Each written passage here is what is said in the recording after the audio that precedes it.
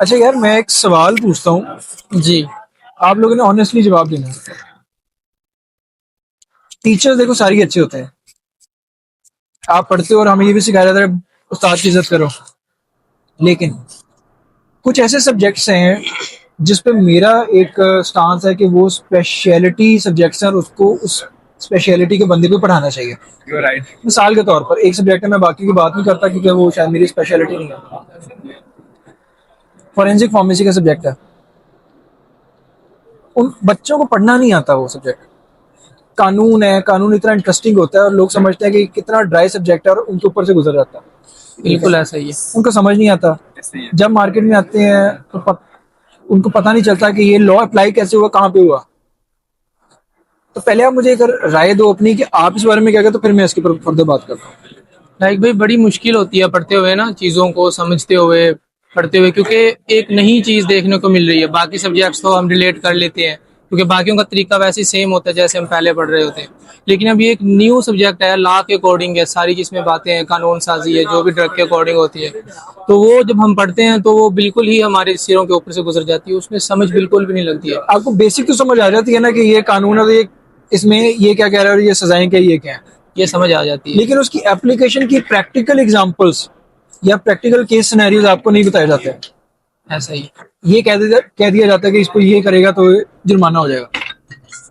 लेकिन मैं हमेशा ये कहता हूँ कि ना, आप जब पढ़ो ना, चलो टीचर जैसे भी पढ़ाए, आप मुझसे सवाल किया करो, सवाल को लिखा करो, फिर अपने सीनियर से डिस्कस करो।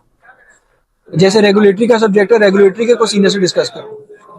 उनसे जी। पूछो कि सर, ये पंजाब ड्रग रूल्स हैं, ये कब आए, क्यों आए, इसकी जरूरत क्या पड़ी, किस साल में आए, इसको बनाता कौन है, ये कहाँ पे बनते हैं, जब बन जाते हैं तो उसमें ये चीजें क्यों ऐड की हुई हैं, ये जो रूल्स हैं इसमें आपने ये शेड्यूल्स हैं डिफरेंट, ये क्यों ऐड किए हुए हैं। शेड्यूल जी है, वो क्या कहता है, वो कहता है कि ये आइटम आप नहीं रख सकते एक फार्मेसी पे, जो एक मेडिकल स्टोर पे जो फार्मेसी में रख सकते हैं। तो इसका बैकग्राउंड क्या है, क्यों है, और इसकी लिस्ट है तो उसके अंदर ये मेडिसिन क्यों रखी गई है। ठीक है। फिर फॉर्म नंबर 4 एक सैम्पलिंग होती है जो ड्रग इंस्पेक्टर करता है। वो सैंपल करता है तो क्यों करता है, कैसे जाता है, वो इतनी hundred and thousands of products में से वो प्रोडक्ट क्यों पकड़ता है जिसकी सैंपलिंग करता है। वो सैंपल करता है तो वो किसको भेजता है, वो भेजता है तो वहां पे जो टेस्टिंग हो रही है वो कैसे हो रही है। ड्रग टेस्टिंग लैब है पंजाब के अंदर, स्टेट ऑफ द आर्ट है। तो ड्रग टेस्टिंग लैब जो वो किससे उसकी एक्रेडिटेशन है, वो कौन कौन सी ऊपर ऐसी एजेंसीज है जो उन टेस्टिंग लैब्स को भी मॉनिटर करती है। ठीक है। वहां पे कितने फार्मासिस्ट काम कर रहे हैं। जी। फिर आपको प्रैक्टिकली पता होना चाहिए कि आप लाहौर में रह रहे हो तो लाहौर के अंदर क्या कोई डिटेल है, उसकी लोकेशन क्या है, उसको हेड कौन करता है, उसके अंदर फार्मासिस्ट कितने हैं, क्वालिटी के कितने बंदे हैं। ठीक है।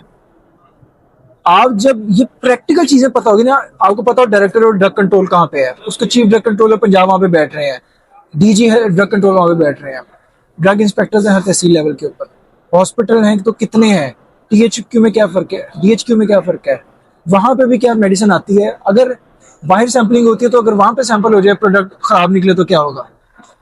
ठीक है। इस तरह के केस सिनेरियो जो प्रैक्टिकल हो, जब आप किसी भी गवर्नमेंट एग्जाम्स की तैयारी करते हो, जब वहां पे जाते हैं और आपसे कोई पूछेगा तो you would be at a very better position to explain them कि लॉ ये कहता है और इसकी प्रैक्टिकल इम्प्लीकेशन ये है, ड्रग कोड ये कहता है, ड्रग कोड में इस तरह से ट्रायल होता है, ट्रायल में क्या क्या चीजें होती हैं। आप उसको हर चीज केस सिनेरियो के साथ करो। मैंने भी पढ़ाया है बच्चों को एक सेमेस्टर, और मैंने मसरूफियत के बायस नहीं पढ़ा सका, आगे कंटिन्यू कर सका। और उसमें मैंने ये सिखाया उनको कि आपको केस सिनेरियोज में बताऊंगा, आपने वो हल करने केस सिनेरियोज। अगर आप एक ड्रग इंस्पेक्टर हो, आप एक जगह पे जाते हो तो क्या क्या क्या चीजें परफॉर्म कर सकते हो, करके दिखाओ। प्रेजेंटेशन ये नहीं है कि आपने सिर्फ ये याद कर लिया, स्लाइड्स पढ़ लिया, सारा कुछ नहीं। मेरे सामने ये एक्ट करके परफॉर्म करके बताओ। परफॉर्म करेगा, मैं बताऊंगा यहाँ पे ये लूप होल है, ये स्टेप मिस हुआ है, ये मिस हुआ है, ये मिस हुआ है। मिसाल के ऊपर सैम्पलिंग होगी फॉर्म नंबर 4 के ऊपर, उसको भेजेगा ड्रग टेस्टिंग लैब में किस फॉर्म पे, फॉर्म नंबर 6 पे, जो कहलाएगा memorandum of to government analyst. Government analyst कौन है, फार्मासिस्ट है। ठीक है। गवर्नमेंट एनालिस्ट 17 ग्रेड का, वो उसको चेक करेगा, क्वालिटी टेस्टिंग करेगा, किन पे करेगा, उन मशीनरीज पे करेगा जो आज आपके यहाँ पे एक्सपो पे नजर आई है। उन मशीनरी के ऊपर भी टेस्टिंग होगी, उसकी एक रिपोर्ट जनरेट होगी, उसको क्या कहा जाएगा, ड्रग टेस्टिंग लैब की वो रिपोर्ट होगी। ठीक है। उस वो किस फॉर्म के ऊपर होगी? Form number 7, 7 form 7। वो फॉर्म 7 क्या करेगा? He will send it to the area drug inspector जिसने वो सैंपल भेजा था। अगर तो वो सब स्टैंडर्ड निकला, स्पूरियस निकला, जाली निकला, मिस ब्रांडेड निकला कि उस पर लेबलिंग का इशू है, पैकेजिंग का इशू है, कोई और निकला, एडल्ट्रेटेड निकला कि उसमें something is mixed in that particular drug, उसकी क्वांटिटी स्पेसिफाई हो जाएगी, या फिर आप कोई कोई इस तरह की चीज है, तो फिर ड्रग इंस्पेक्टर जो he himself is a pharmacist, he will initiate all the investigation about that particular pharma industry, जो फार्मा इंडस्ट्रीज आप यहाँ पे देख रहे हैं। फिर पता चल जाएगा कि वो वाकई उस फार्मा इंडस्ट्री ने मैन्युफैक्चर किया या it was an outside someone के जिसने ये वो किया। ओके। ठीक है, तो ये प्रैक्टिकल चीजें वही बता सकता है जिसने एक्सपीरियंस किया हो। तो इसी तरह से मैंने आपको कहा कि हमेशा जब आप किसी यूनिवर्सिटी में पढ़ो तो उनको कहो हमें क्लिनिकल को वो टीचर चाहिए who's been a part of the clinical setup or a hospital। हमें फोरेंसिक का वो बंदा चाहिए who's been part of the regulatory setup। इसी तरह से आपको कोग्नोजी का वो चाहिए कि जिस जो कोग्नोजी को जानता है सब्जेक्ट को। ठीक है, वैसे भी एक रिक्वायरमेंट है कि आपका कम से कम एमफिल होना चाहिए HEC का, लेकिन हमारी यूनिवर्सिटीज में कई, मैं सबको नहीं कह रहा, अच्छी यूनिवर्सिटीज में, लेकिन कई ऐसी यूनिवर्सिटीज हैं जहाँ पे वो बंदे पढ़ा रहे हैं जो सब्जेक्ट स्पेशलिस्ट नहीं है। एक बंदा, स्टाफ कम है और वो मल्टीपल सब्जेक्ट से पढ़ा रहा है। ऐसा ही है। ऐसे ही है। क्या क्या समझ आई? फिर समझ आई कि नहीं आई?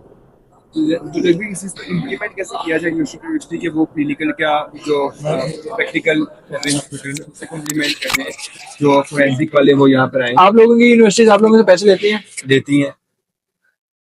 पैसे लेते हुए पूछती है कि हम आपसे पैसे ले लें? नहीं ना, खिलाफ को आता है। Yes sir. आप यूनिवर्सिटी से क्यों नहीं पूछते कि आपने मुझसे पैसे लिए तो हमें वो सब्जेक्ट स्पेशलिस्ट क्यों नहीं दिया? ये वाला फिर ये हमारा टीचर एक- अच्छा है, उनको कहो टीचर अच्छे हैं, हमें उनसे कोई एतराज नहीं, उनके किरदार पे, उनके पढ़ाने पे, उनके स्किल पे कोई एतराज नहीं, बट हमें स्पेशलिस्ट चाहिए। इवन कि अगर वो वन Pay वीक them। के बाद कोई एक क्लिनिकल आउटसाइडर आके हमें क्लिनिकल का एक सिंपोजियम भी कर देगा that is more than enough, लेकिन वो भी नहीं हो रहा कुछ हद तक ठीक है, ना। कुछ हद तक ये भी एक मिस्टेक है यस। कि गेस्ट आ जाए, कितना पढ़ा कितना लेगा ही पड़ा वो एक एक घंटे टीचर में जो डेली आपसे इंटरेक्ट करेगा, यस वो आपके उस चार दीवारी में होगा जहाँ पे आप उसको जाके एक्सेस कर सकते हो, पूछ सकते हो। ऐसे ही लेकिन अगर जो सिंपोजियम हो, क्या होगा, 3 घंटे दूर बैठे रहोगे, सुनते रहोगे, कुछ तीन दिया वो घंटे चला भी गया। वो मुश्किल से 1 घंटा बच्चे सुनते हैं, बाद में फिर बच्चे भी चले जाते हैं, वो कितना सुन लेंगे, एक लेक्चर एक ही मिलनी समझ आई फिर मेरी बात? पॉसिबल है। मैं ये नहीं कह रहा अपनी यूनिवर्सिटी के खिलाफ हो जाओ, लेकिन उनके साथ बात करो।